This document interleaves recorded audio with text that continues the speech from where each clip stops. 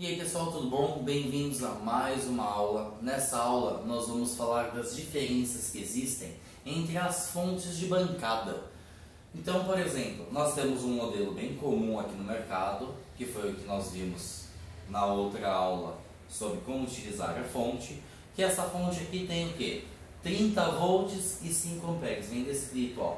Ela é o modelo HF3205, ou seja, 32 volts e 5 amperes.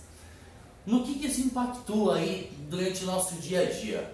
É que quanto mais amperes essa fonte tiver, mais trabalhos nós vamos conseguir executar. Por exemplo, tem casos que você necessita de mais amperes para ligar um aparelho. Ou tem aparelhos, por exemplo, que consomem mais energia.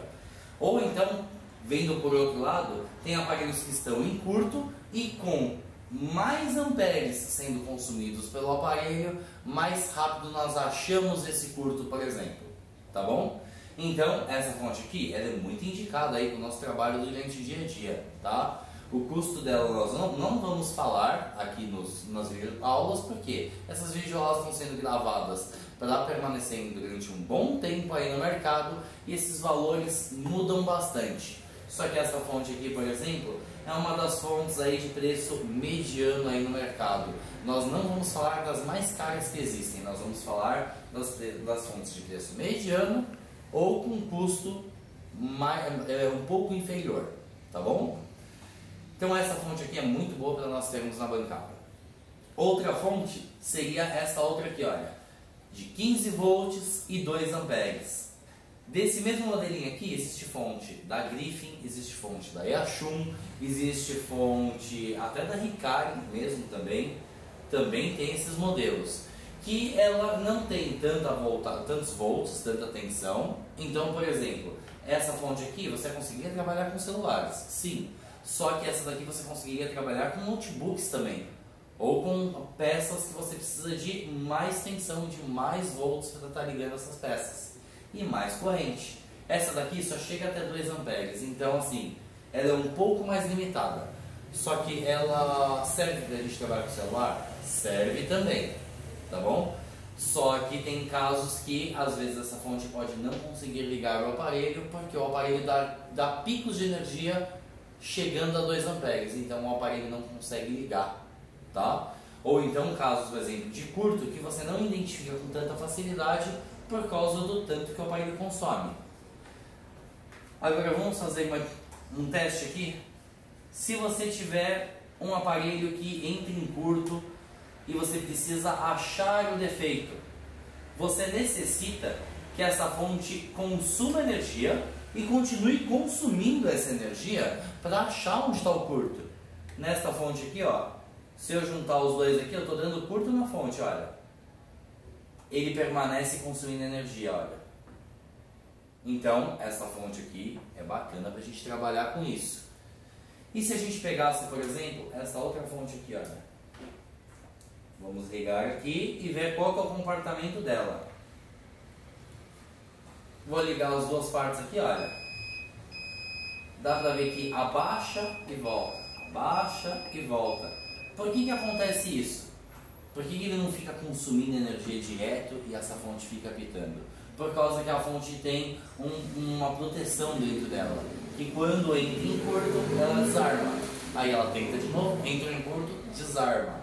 Isso é ótimo para quem está começando, para quando você for ligar um aparelho na fonte, se você ligar ele invertido, você não queima o aparelho logo de cara. Nessa fonte aqui, apesar de ela ser melhor, você pode queimar o aparelho ligando invertido. Então, para quem está iniciando, que ainda não tem tanta prática, uma fonte dessa que tem um limitador ajuda bastante, tá bom?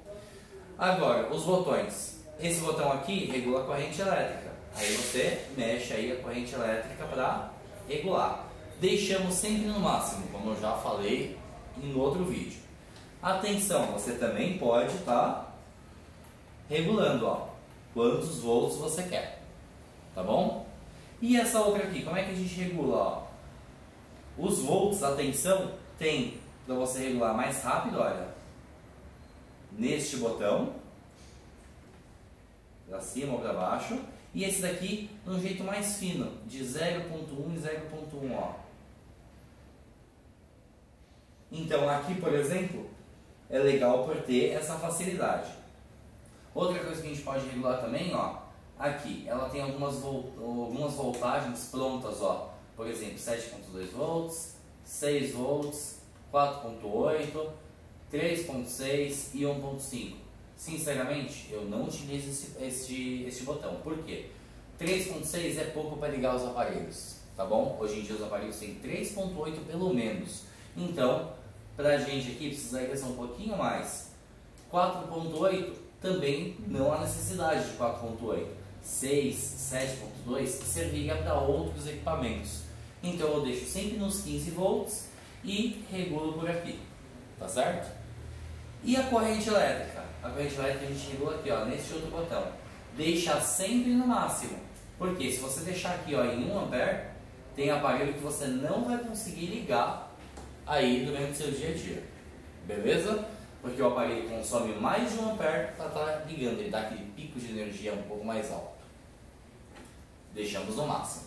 Então essas duas fontes são bem comuns aqui no nosso mercado. Agora existem muitas outras fontes com várias outras funções legais aí também durante o nosso dia a dia. Por exemplo, eu separei aqui uma fonte da Griffin pra gente, que é essa 1505TD. Quais funções ela tem? Ela tem a função, por exemplo, de saída de energia normal, igual tinha ali naquelas outras duas, ó. Coloquei aqui, regulo a minha voltagem aqui, olha, quantos volts eu quero, tá bom? E aqui eu regulo se eu quero 5 amperes, que vai mostrar deste lado, ou se eu quero 2 amperes, que vai mostrar aqui no analógico. Então é uma, entre aspas, uma frescurinha legal aí para a gente estar analisando os aparelhos. Principalmente porque ela tem 4 dígitos. Para serviços mais avançados nós necessitamos de uma fonte que tenha 4 dígitos, tá? 3 casas depois do zero. Porém, essa fonte aqui eu não gosto muito dela para os trabalhos mais avançados. Por quê?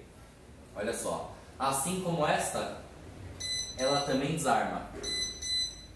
Então, quer dizer, se eu preciso que o aparelho continue consumindo energia para achar onde está o defeito, achar onde está o curto na placa, que nós vamos aprender essa análise um pouco mais à frente, com essa fonte aqui eu não consigo fazer. Com essa aqui eu não consigo fazer, eu só conseguiria com esta. Então, para trabalhos mais avançados, eu não indicaria nenhuma das duas. Mas para trabalhos básicos, elas são excelentes. Beleza? Agora, eu falei que tem mais funções, né? Quais outras funções tem? Por exemplo, se eu colocar aqui, olha, neste outro pino aqui, eu consigo exercer a função de teste. Por exemplo, jogando para cá, ele vai ficar com 0 volts. Então eu consigo saber quantos volts tem no local se eu for fazer a medição. Por exemplo, se uma bateria, quantos volts tem essa bateria? Eu consigo estar fazendo a medição. Quantos volts tem um carregador? Eu consigo estar fazendo a medição. Ela funciona em base como um multímetro também, tá bom? Para medir essa parte de tensão, tá certo? Então se a gente pegar essa bateria aqui, nós colocamos aqui, ó, negativo no negativo e positivo no positivo. Nós vamos ver quantos volts essa bateria aqui tem. Ó, calma aí, deixa eu acertar aqui. Que ela me mostrou 4 volts, só que eu não acertei os pinos bem encaixadinhos aqui, ó. 4 volts, ou seja, essa bateria é uma bateria que está funcionando. Beleza? Agora, tem mais uma função nessa fonte muito legal, que é um amperímetro para mostrar quanto que o aparelho consome quando está carregando. Às vezes tem aqueles aparelhos que carregam lentamente, ou então o conector tem os pinos do meio que estão ruins e ele não mostra, não carrega com a força total, não carrega turbo. Aqui, por aqui dá pra gente saber. Então, quer ver, ó, eu separei aqui o meu aparelho e um cabinho conectado para nós fazermos esse teste. Este cabinho aqui de iPhone, eu vou colocar o cabo de Android, o V8. Quando eu conectar aqui no meu aparelho, por exemplo, ele vai mostrar quanto que esse aparelho está consumindo e quanto que ele está carregando, ó. ele está carregando 1.700 mAh por hora, ou 1,7 amperes por hora. Isso quer dizer o quê? Quer dizer que o aparelho está carregando com uma corrente alta, ou seja, esse aparelho vai carregar rápido. Se a minha bateria tem 2.000 mAh, em 1h20 mais ou menos esse aparelho já vai estar carregado. E se o meu aparelho tiver 1.800 mAh, em 1h10 minutos, 1h05 minutos? E se minha bateria tiver 3.000 mAh? Aí nesse caso vai demorar quase 2 horas para estar 100% carregado. Mas o interessante é, se der entre 1 e 2 amperes aqui, normalmente está com carregamento aceitável aí nos aparelhos. Beleza? Então aqui são todas as funções aí dessa fonte. Existem fontes que têm mais funções além do que isso, tá bom?